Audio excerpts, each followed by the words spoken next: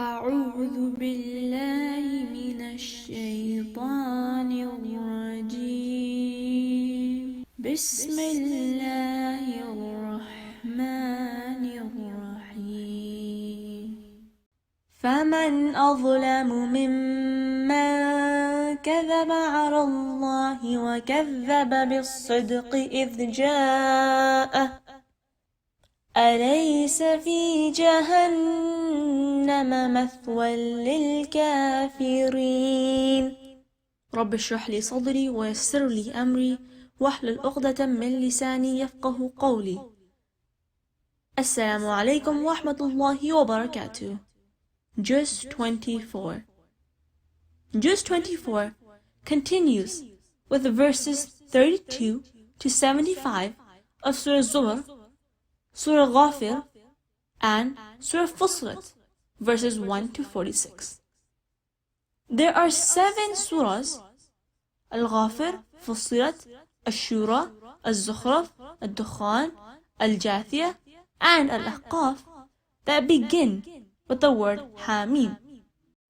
And all these surahs are Makki and were revealed one after another.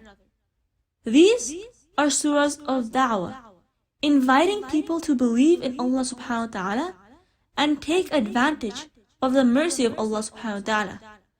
There is solace and comfort in these surahs for believers who are persecuted because of their faith, and they are given the good news that the truth will prevail.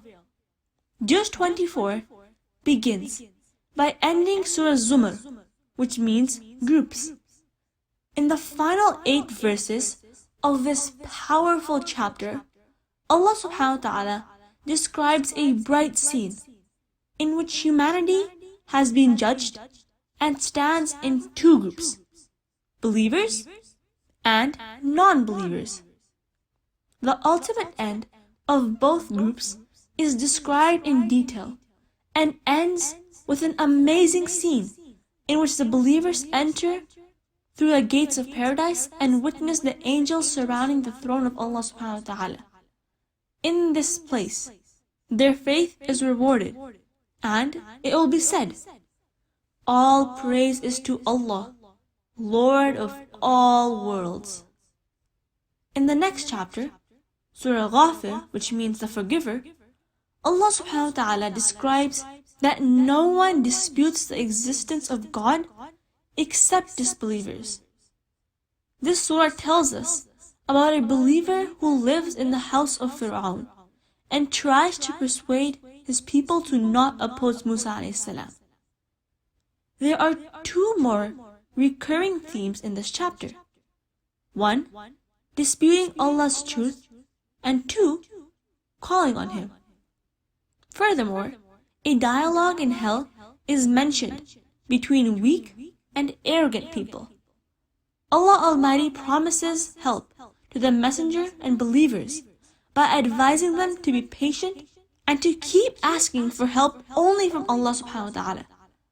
The attributes of Allah subhanahu wa ta'ala are also mentioned, and some of these attributes include being almighty, all-knowing, forgiver of sins, and acceptor of tawbah. Compensation will be given according to deeds, and accepting faith after seeing the punishment is not going to help. The disbelievers are surely at loss. The final chapter of this juz, Surah Fussilat, continues with the theme of the previous surah and deals with the arrogance of the disbelievers, the truthfulness of the Quran, Tawheed, which is divine unity, and resurrection. Allah subhanahu wa ta'ala instructs man to remain steadfast on his belief in Tawheed and to continue seeking forgiveness from Allah Almighty. The surah begins with an invitation to the truth of the Quran. The Quran is a book that explains everything. Allah Almighty is the creator of the heavens and the earth. And people who turn away from Allah subhanahu wa ta'ala are warned, and their own bodies will witness against them on the day of judgment. Examples of previous people are described on how they were destroyed for disbelieving in Allah subhanahu wa ta'ala. The Aad were destroyed by a screaming wind, and the Thamud were destroyed by a blast. Juz 24 ends with an inspiring reminder where Allah subhanahu wa ta'ala says in verse 46, "Whosoever does righteous good deed, it is for the benefit of his own self. And whosoever does evil, it is against his own self. And your Lord is not at all unjust to his slaves." May Allah subhanahu wa ta'ala accept this from us. Jazakumullahu khair. Assalamu alaikum wa rahmatullahi wa barakatuh.